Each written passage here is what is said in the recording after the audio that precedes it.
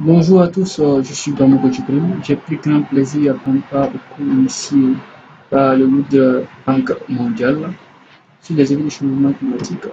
La conséquence pour le développement serait grave, alors que le rendement des cultures diminue, que les ressources en eau sont modifiées, que les maladies prennent de nouvelles dimensions et que le niveau de la mer s'élève.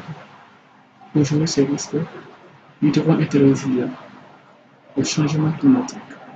Agissons maintenant, agissons ensemble, agissons différemment pour répondre au changement climatique. Le Burkina Faso est un pays enclavé situé au sud du Sahara. Partage ses frontières avec 6 pays. Le défi auquel nous sommes confrontés actuellement est la non-maîtrise des précipitations liées au changement climatique. Cela se manifeste, comme vous pouvez le voir sur les images qui vont défiler, par le fait qu'il fait de plus en plus chaud pendant les périodes de chaleur. Et ces temps durent. Aussi, il fait de plus en plus froid pendant les temps de fraîcheur. Les vents sont de plus en plus forts et secs. Les inondations font rage, comme vous pouvez le voir sur les images qui vont défiler, dans les périodes où on s'entend le moins. Nous devons agir maintenant et efficacement, quand nous devons tout droit faire l'hécatombe si rien n'est fait pour contenir ce problème. Les principales activités économiques responsables des émissions des effets de gaz à serre dans mon pays sont essentiellement le fort taux de carbone qui est propagé dans l'atmosphère dans différentes zones issues de mon pays, telles que les usines qui sont situées dans la zone de Kosoto, les usines de cimenterie, les usines de transformation des différents produits, ainsi que l'écoulement de leurs eaux de leurs eaux usées qui pénètrent dans la nappe phréatique. Cela a pour effet de polluer davantage les sources d'approvisionnement en eau potable. Ces changements, ces effets aussi entraînent sur le sol l'aridité de ce sol qui rend difficile l'agriculture. Toute chose qui provoquera des pénuries alimentaires et participera à la propagation des maladies infectieuses.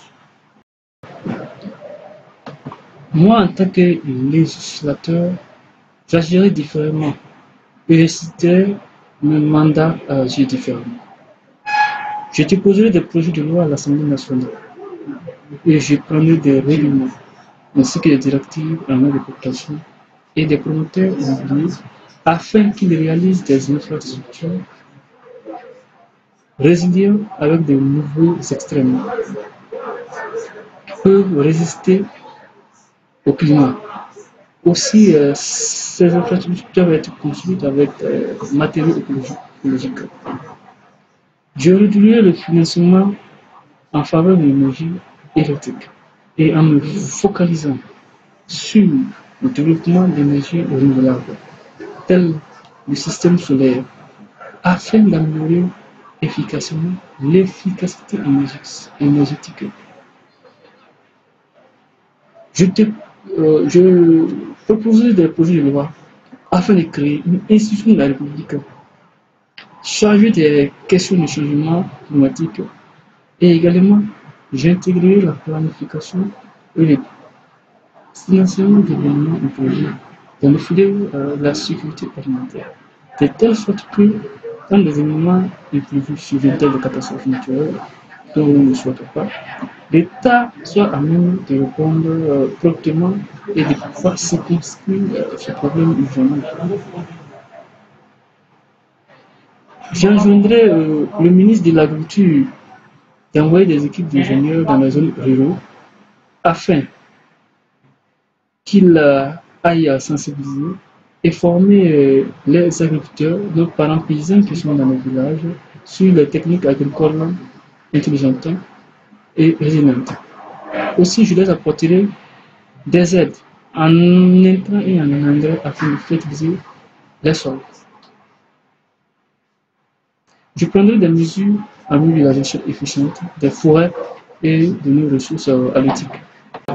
Moi, en tant que citoyen actif, engagé pour le bien-être de ma société, de ma commune dans laquelle je vis, je m'engagerai à mettre sur place des actions citoyennes pour faire face à ce défi auquel on fait face.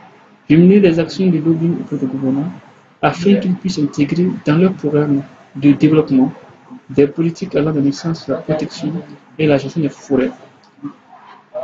Aussi, je vais leur faire des propositions, des études sur le bien fondé d'investir dans les énergies renouvelables et la construction des villes résilientes avec des matériaux écologiques.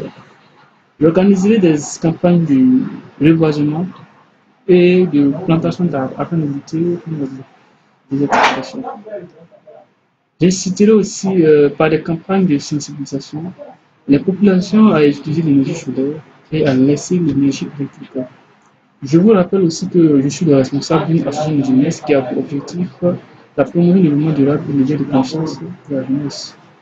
Au sein de notre association, nous allons mener des actions qui s'orientent vers la technologie verte, l'énergie verte, la technologie plus propre dans différents processus de production, mais également au niveau des infrastructures et des logements et des transports. Au sein de notre association, nous mettrons en place une équipe qui jouera le rôle de veille d'action citoyenne au quotidien face à l'évolution du changement climatique dans notre environnement et de répondre par des méthodes qui sied face à ces événements. Le changement climatique étant un phénomène mondial, il est impératif d'agir tous ensemble afin d'y apporter une réponse efficace. Tous les pays du monde, quelle que soit leur grandeur, les puissances économiques, sont confondus au changement climatique. Pour rayer et contenir le changement climatique, l'action des gouvernements doit être forte, une politique forte par une volonté réelle. Par exemple, en utilisant des instruments de politique climatique permettant d'aider à atteindre les objectifs d'atténuation du changement climatique. Les politiques climatiques comprennent habituellement des instruments réglementaires et des instruments économiques. Les instruments réglementaires tels que les normes réglementent les activités des entreprises et des individus. Les instruments économiques tels que les taxes au carbone et les systèmes d'échange des quotas d'émissions encouragent la prise en compte des signaux du marché.